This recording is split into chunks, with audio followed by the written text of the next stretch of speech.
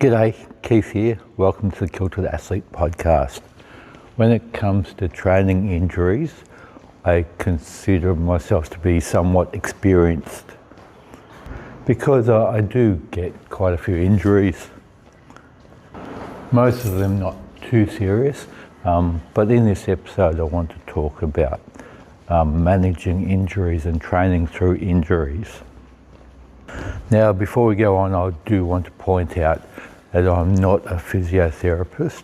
If you are injured, if you have a sports injury or another injury, you should be talking to a physiotherapist. These people are experts in their field and their goal is to get you moving again.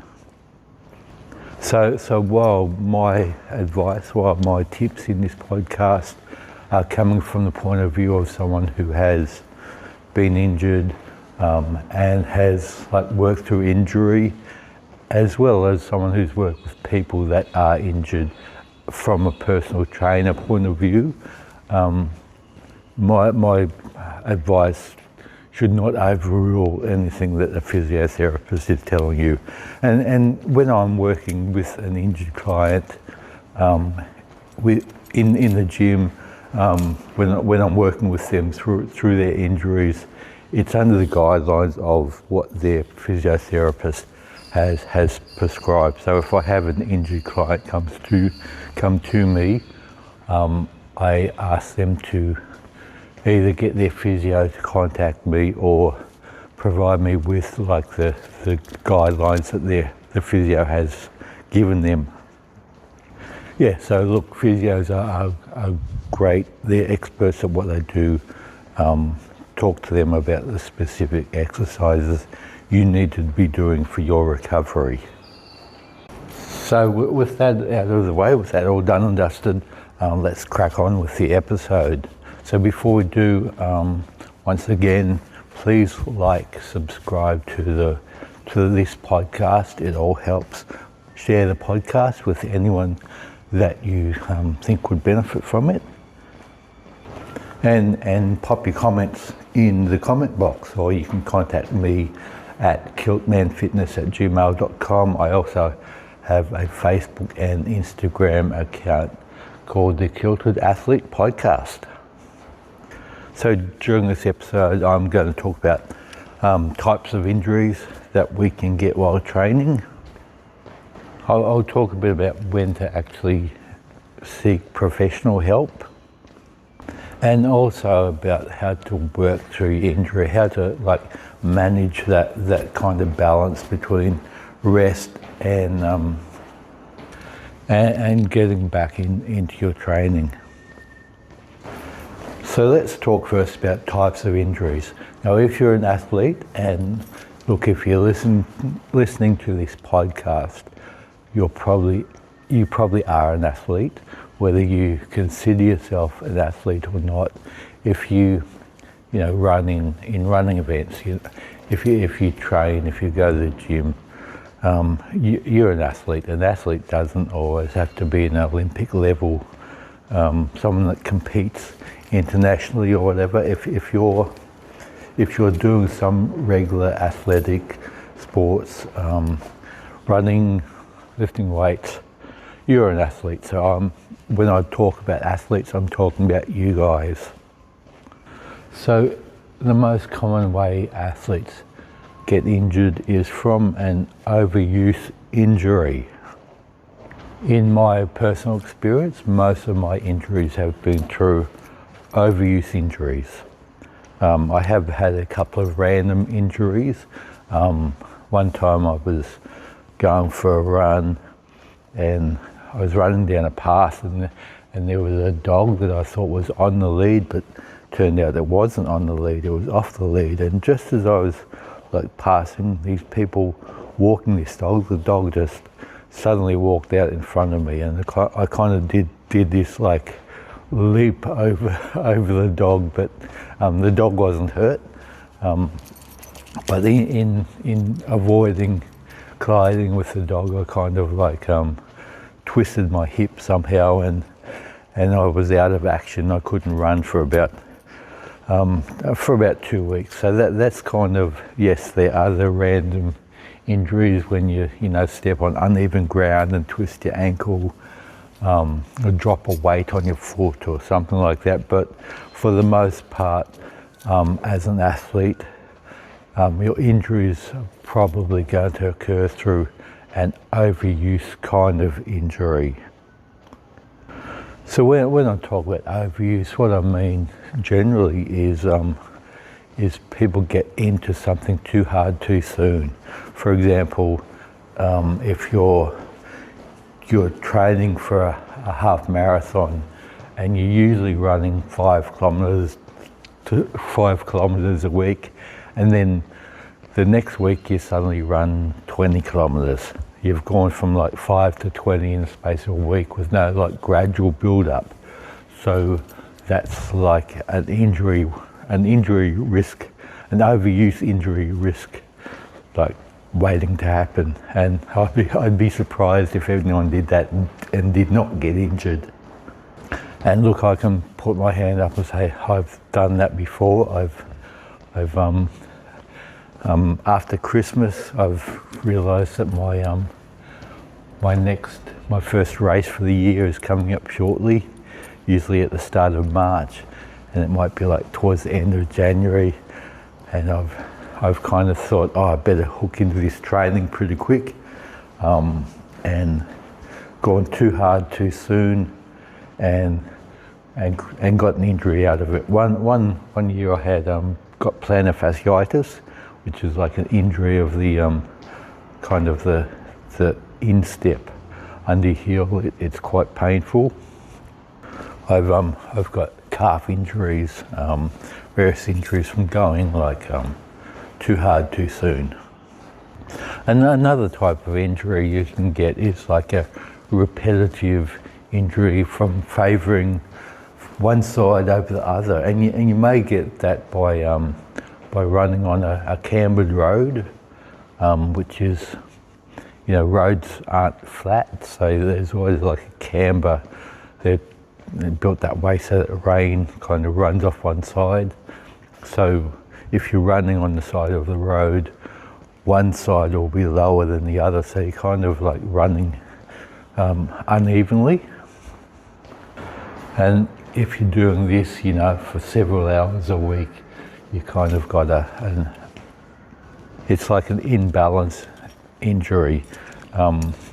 People can get that through their day-to-day jobs, repetitive strain injuries.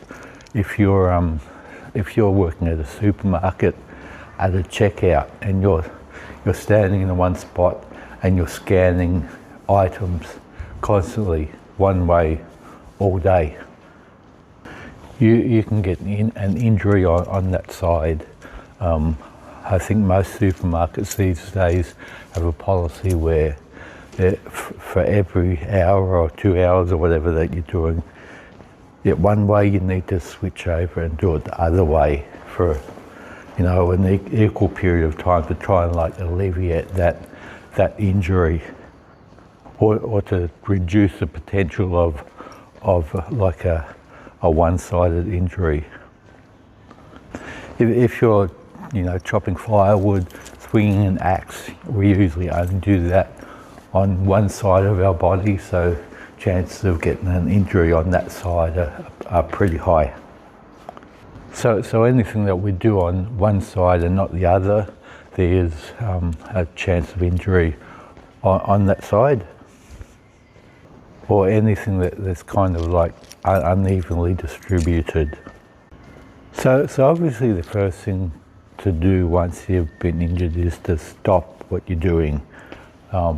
That's kind of a no-brainer. If you're out for a training run and you get injured, stop. Especially if you're training for like a big event.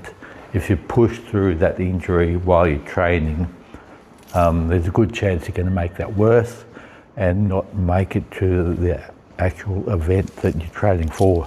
So a lot of people try to push through their training, push through their injury through training, and just make that injury worse. It could have been something that you may have been off training for a week for, but because you pushed through it, you're suddenly off for 6 weeks. So especially if you're training, if you get injured, stop what you're doing. And look, I'll be the first to admit there's been times in an event that I pushed through an injury. So I've been running a half marathon and I've got injured and I've just pushed through it. I might have walked through it, a lot of it. I might have, kind of hobbled. I'll be the first to admit that because I want to finish every event that I enter.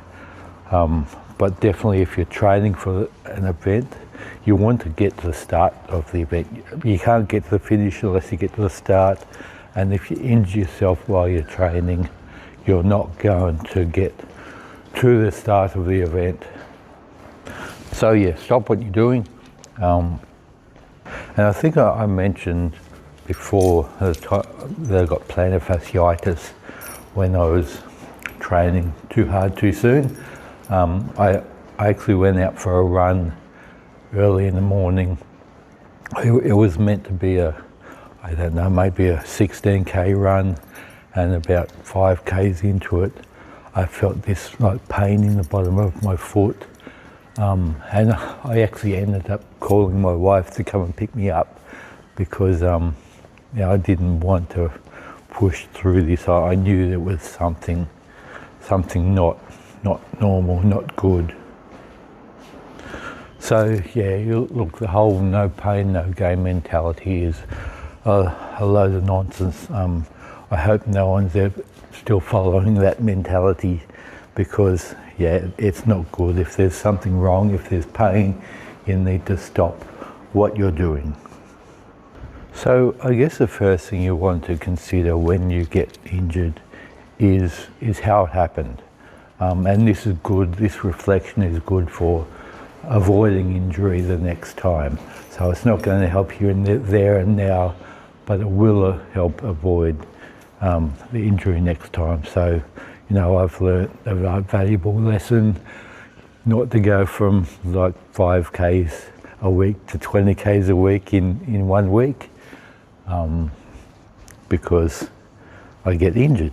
And even things like the random injuries like jumping over the dog. I'm a bit more wary when I'm jogging along and I see a dog. I don't assume that dogs are on leads anymore, so I guess out of experience I'm a bit more wary now.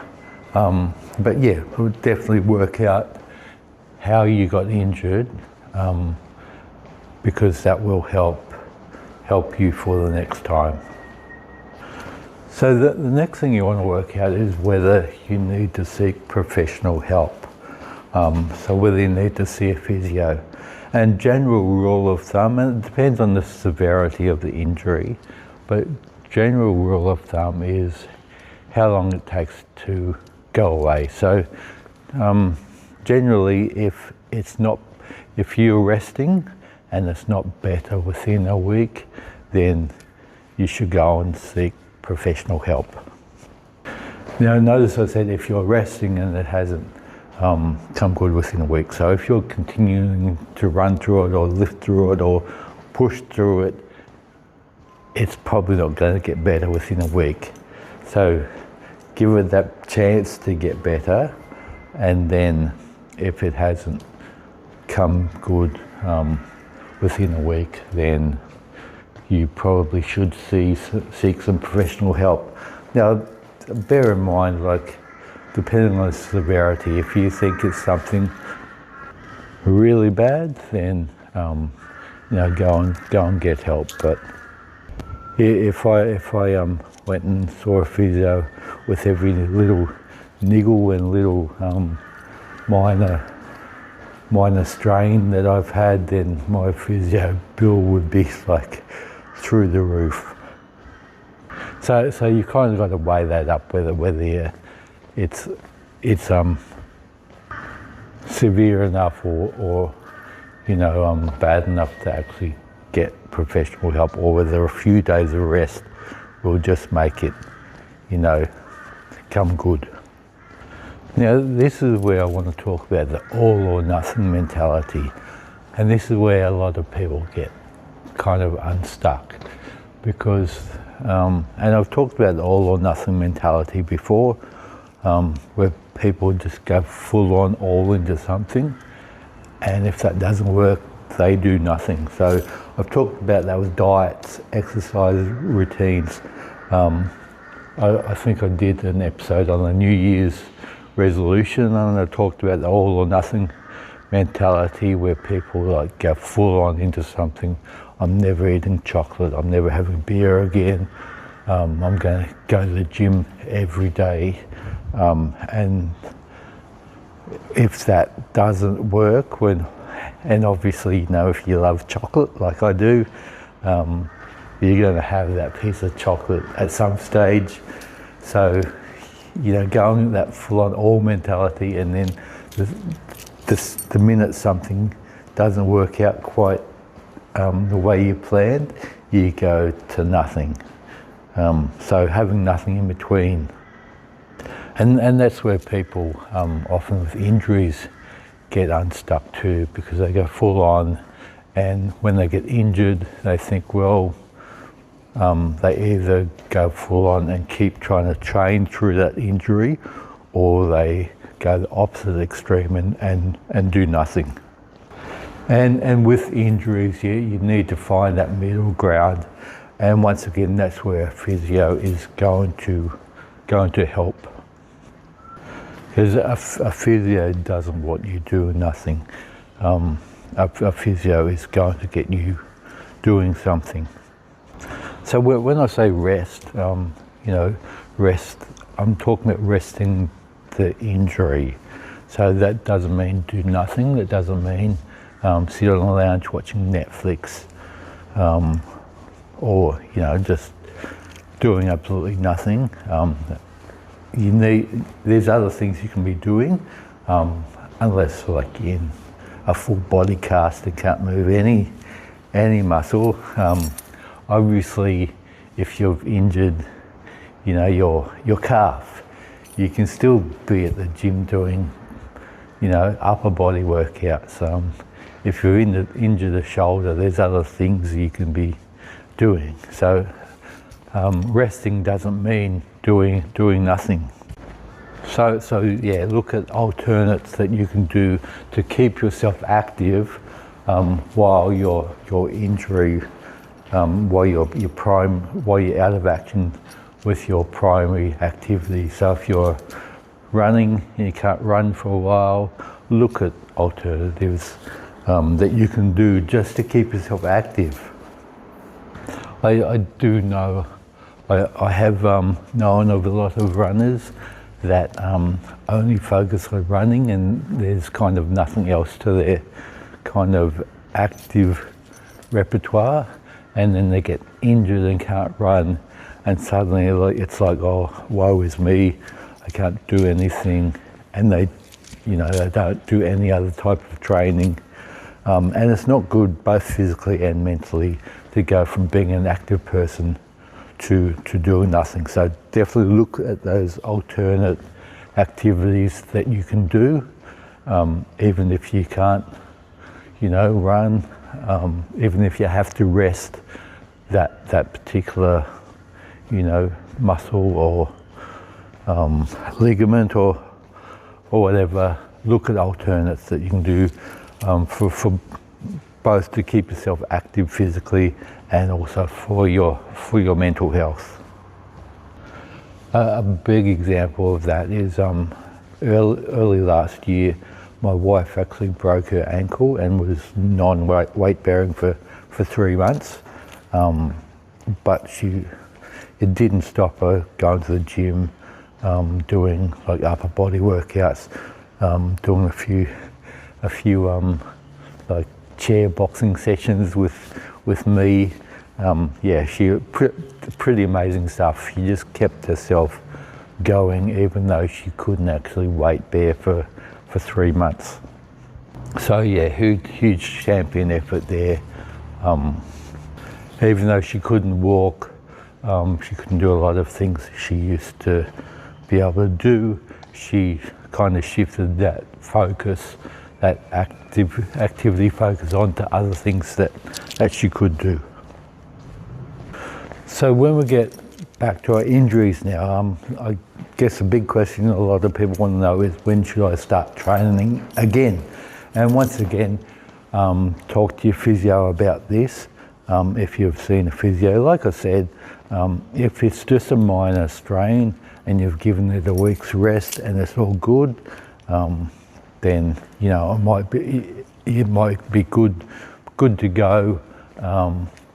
If it's good after a week, it's probably not anything too serious, but kind of monitor that, because if you go out for your next run and you get exactly the same injury, then there could be an underlying problem there you need to get professional help about. But if it is a minor strain, you've given it a bit of rest and it feels fine, it's, you can start off slowly and then get back to your normal kind of pace, your normal training load, but get back into it slowly. But yeah, if you are seeking professional medical help, talk to them about it. That they will give you a recovery plan, a rehabilitation plan. It's important when you do get the okay to resume training, firstly that you go through your physio might be giving you like specific exercises that you need to be doing, and also you don't hook in too fast again, because that's going to like resume that injury. You kind of want to get back into it as soon as possible, but you don't want to get back into it too quick. You want to give, so you've got a recovery phase to give that injury a chance to repair itself, and then you've got the rehabilitation phase where it's repaired itself, but you need to get everything back to normal again. So if we use my wife's broken ankle as an example, she was non-weight bearing, so by the time she was given the go-ahead to start walking again, she couldn't just jump back up and start, walking several kilometres like she used to. There was a rehabilitation phase where she had to get back into it slowly and build up to where she was before. When you are getting back into it, there's things you definitely need to focus on, and one of them is range of motion. So if you think about the way our joints are normally supposed to move, usually when we have an injury, it's going to affect that range of motion. My calf injury that I had last year, I'll use that as an example. So your calf works the ankle. So if you point your toe, if you hold your leg straight and point your toe towards your chin, drop your heel down, point your toe towards the chin. If you go from there to pointing your toe towards the ground as far as it will go, that is the range of motion for your ankle. So that's what your calf is designed to do, is to move this ankle throughout that range of motion. So if which I had an injured calf, it kind of restricted that range of motion. So what I needed to focus on was walking through that range of motion. So if we think about when we walk, put our heel down and then we push through onto our toe and push forward. So we do this every time we take a step. So I needed to slow right down and walk through this whole range of motion with my calf, where it was probably easier and faster for me to kind of like hold that foot straight and kind of like limp through that motion using the other leg to do most of the work, but that would not have been good for my overall range of motion. So I spent probably every afternoon for a couple of weeks walking around the block 2 or 3 times, slowly working on this range of motion. It was a very slow walk, but I was focusing on getting the full range of motion in the calf, because I didn't want the limp, the kind of flat-footed step to become the new normal. Because that's another risk. If you do have an injury and you're not recovering properly, your body starts compensating in other ways, and then that becomes at risk of becoming the new normal.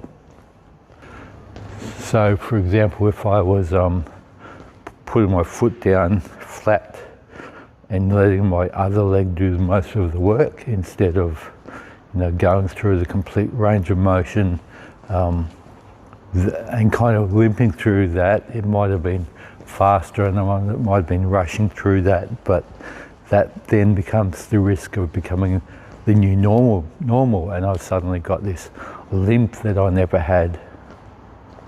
So yeah, full range of motion is definitely key to recovery. You also don't want to create a secondary injury because you're compensating on the other side, which quite often happens. If we're compensating for the injury, you will quite often cause another injury on the other side. For example, if I'm doing that flat-footed walk, instead of pushing my ankle through the whole range of motion, I'm likely going to cause a hip or a knee injury on the other side. So make sure you go through the full range of motion, slow down, don't expect to be at the point where you were before you got injured. So don't think, I was bench pressing 100 kilos, I've been injured, now I've got the all clear to go ahead. Don't go straight back into bench pressing 100 kilos. You're going to need to build that up again. Don't hook in, don't think I need to go back to where I was before. Don't think you can run as fast as you used to, because you don't want to be back on that sideline again. Another thing with your recovery you want to focus on is strengthening. And a physio would normally give you strengthening exercises. I often get clients come to me with a list of exercises that their physio has given them to do, a list of strengthening exercises that they need to go through. So yes, strengthening is definitely a key component of recovery. And this may involve body weight exercises or really light weights, or it could involve isometric exercises. And I've done a whole episode on isometric exercises, so check that one out. But an isometric exercise is when you're actually using a hold. So you're holding a static position, placing the muscle under tension, instead of like the traditional exercise that involves lifting and lowering a weight. You're just holding a particular position that places the muscle under tension. So some examples of an isometric exercise would be a wall sit or a plank. So these are very powerful exercises for rebuilding strength after injury, and not just for after injury, but they're good for building strength overall. They're isometric exercises are great exercises. If you want to check out my podcast I did about isometric exercises, it's definitely they're definitely one of the more underutilized tools in strength. And look, all these things with recovery, yes, it will take time. The rehabilitation will take time, but if you try to go too hard too soon, you're probably going to injure yourself again and you'll be back to square one. So it's best to take things slowly and do it right, so you're not back to square one, back on that, injury table, out of action again. So there you go, they're my tips for training around an injury. Like I said, look, I'm not a physiotherapist. You need to be seeing a physio for like a serious injury. And as a serious injury, I mean something that doesn't go away with about a week's rest, or something that you definitely know at the time this is not good, there's something really wrong. So just to summarise, look, a couple of things I've learnt, I guess, the hard way. If you're training, don't push an injury through an injury. If you feel something isn't right, stop what you're doing. Don't be a hero and push through that training just to get your 10 reps when you felt an injury come on at your 6th set. So if you're bench pressing and you want to do 10 reps or something, and then number 6 you feel something go wrong in your shoulder, don't push on to 10 reps. Rack that weight, stop what you're doing.